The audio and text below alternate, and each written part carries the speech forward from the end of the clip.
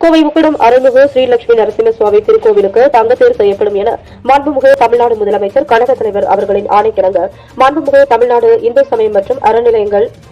துறை அமைச்சர் கே சேகர் பாபு அவர்கள் 26/6/2024 அன்று தமிழ்நாடு சட்டமன்றத்தில் அறிவித்ததற்கு நன்றி தெரிவிக்கும் வகையில் கோவை உக்கடம் அருள்மிகு ஸ்ரீ லட்சுமி நரசிம்ம சுவாமி திருக்கோவிலில் பக்தர்களுக்கு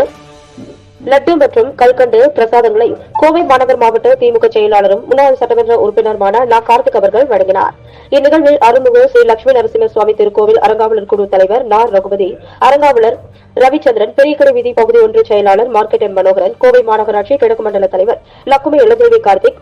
81வது வட்டக்கழக செயலாளர் டவுன் பா ஆனந்தன், சிங்காநல்லூர் பகுதி ஒன்று துணை செயலாளர் கஸ்தூரி அருண், கோபி, செந்தில்குமார், விஜயன், பிரதீப் குமார், ஆட்டோ மேக்ஸ், சந்தீப் குமார், கழக நிர்வாகிகள், திரளான பக்தர்கள் கலந்து கொண்டனர்.